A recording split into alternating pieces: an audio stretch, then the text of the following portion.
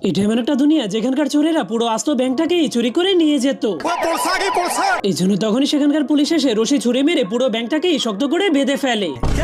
এরপর অনেক জোরে একটা টান মেরে আবারও আগের জায়গাতে নিয়ে রেখে দেয়। এরপর চোরেদেরকে ধরার জন্য পুরো রাস্তাটাকে উঠিয়ে কাপড়ের মতো নাড়িয়ে দেয়, যার কারণে সবগুলো চোর উড়ে উড়ে তার কাছে চলে আসে।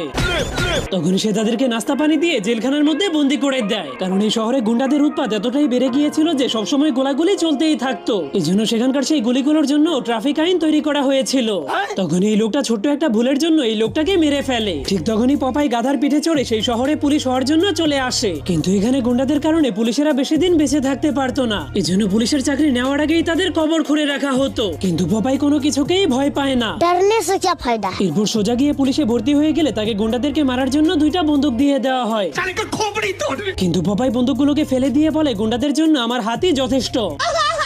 তখন সবাই হাসতে শুরু করে দিলে।